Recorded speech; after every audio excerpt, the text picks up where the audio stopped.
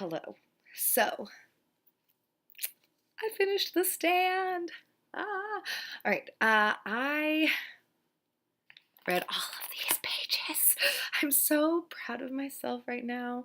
I started this book in October of 2015, and I just finished it. I We'll talk about it. This is a book that I had hoped to finish at the end of June as well. Unfortunately, it didn't happen, but that's okay because now it is done and it's the 4th of July, so I finished it yesterday on the 3rd. I'm very, very happy that I finally finished. There is a lot happening in this book, so this is going to be like a review-y type book, like a book talk. I am going to become spoilery towards the end because there's a lot of things that I feel like I need to say. I don't know if it will come out articulate. Well, I don't know if it will come out well. Classic. So let's just start with the premise, I guess. I feel like you probably already know what this book is about, but basically, there's a major flu that gets released into the population, and like 90% of the population dies. Maybe even higher than that, like 99%. I don't know. Most people are dead. So this book is set up into multiple sections. Basic sections are the flu happens, everyone dies, people are starting to regroup and get together, good guys versus bad guys. There's a climax, and then, well, I guess, climax happens eventually, and then there's like aftermath of climax. So that's the basic structure of the book. It is set into like specific like book 1 and book 2. I'm pretty sure, yeah. Book 1. Yeah, I don't know where to start with the problems or with the not problems. I gave this book a 3.5 stars out of 5 on Goodreads. I rounded it down. Since I have been reading this book more like visibly, I guess, than I had been previously. Like I'd been taking it out into public, which is kind of a bummer because it is so big, but I take a backpack to work, so it wasn't that big of a deal. Almost everyone that I have met that I was like, oh, I'm almost done with The Stand, or I'm working on The Stand, or I'm trying to finish The Stand, was like, oh my gosh, I love that book. That book changed my life. I found that book to be so incredible. Like, da da da da da, da da da da. And I'm like, I mean, it was good. I don't like say that to their faces, of course, but I just don't 100% get why everyone loves this and thinks this is the ultimate Stephen King. I do feel like if I were younger, maybe I would get it. Like if I read this again as like a teenager or, something, I probably would have liked it better, but it just was like a little long for my taste. So I did find the beginning, plus, it's Stephen King. Like the writing is not going to be, spectacular. And I do like to read for writing too. I'm not a big plot person. So maybe that's part of the reason why the writing is just very mediocre. That's just what it is. It's fine.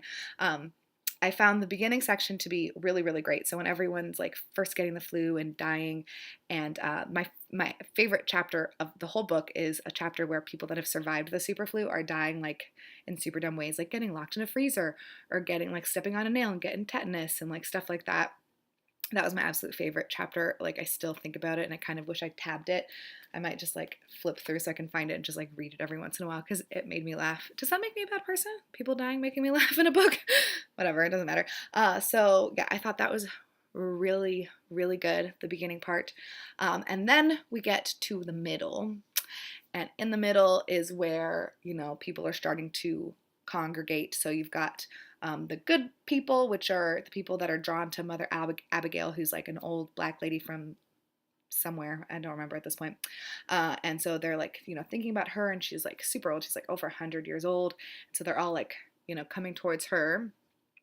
But there's like, multiple groups of people coming towards her. And then there's the people that are going towards the walking dude, who's like this dark figure. Like he's shrouded in, like people can't really see his face. He's just like a bad dude or whatever.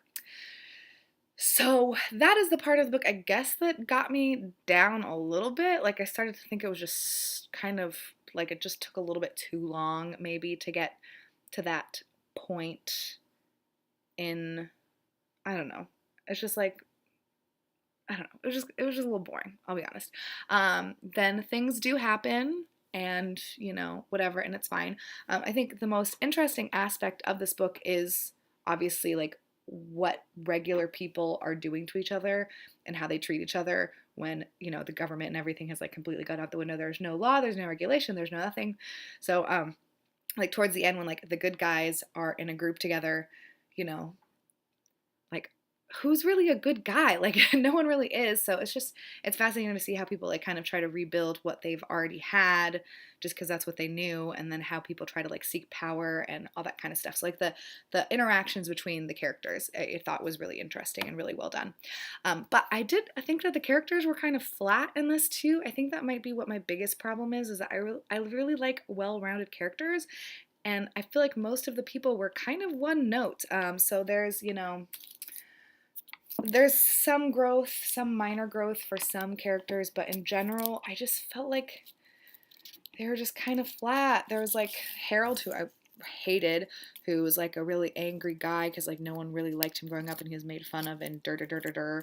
There's like the guy who like doesn't really want responsibilities but's a natural born leader and everyone just like gravitates towards him. And then there's like the super rational guy that's like trying to do this and da da da. And there's like the lady who, doesn't really, it's a little, it was, the characters were just like really one note in my opinion. And I also found it very frustrating. Like I thought there was a lot of like uncomfortable racial things and misogyny that I feel like was accidental. Like maybe the racial stuff wasn't, I don't know. There's like one character that's described as having Chinese eyes, and I'm like, well, I don't know what you're saying. Like, is he Chinese? Like, what are you saying to me right now? Like, I just literally don't understand. But the portrayal of women I thought was like the biggest negative for me personally. There's a part in the book where, the good guys, there's like a set of 4 guys that are like gonna have to like, go to the bad guys to try to like, make their stand. And the girlfriend of one of the guys is like, no, da da da da da, like you're not taking him, like how can you do this? How can you leave me? And the guy's like, oh no, I'm gonna go. Like I have to go.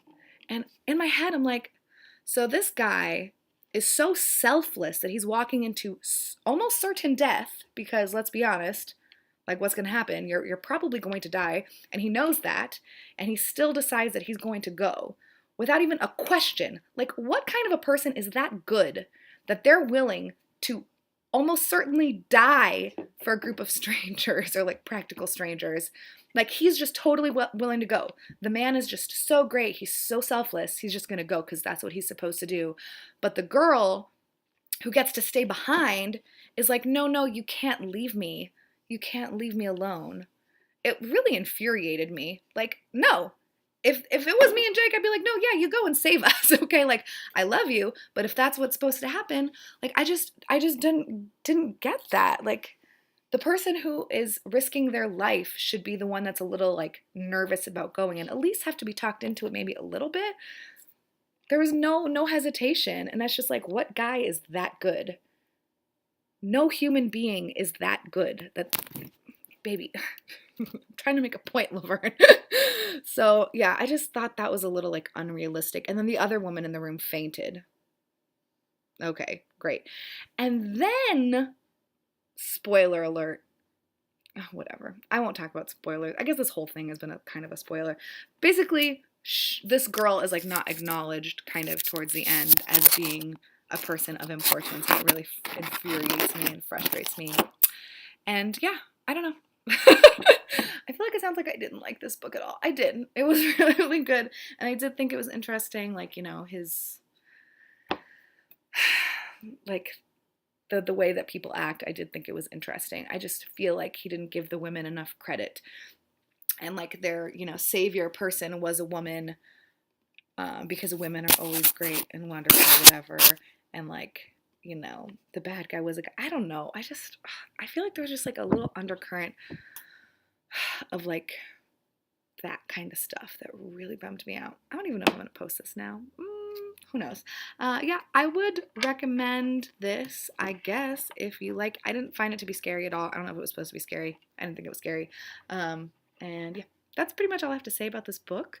I'm really happy that I finally finished it. I am going to keep reading. I am trying to read him chronologically. I don't know what the next one is, and I'm not going to probably start it until next year because I've had enough for now.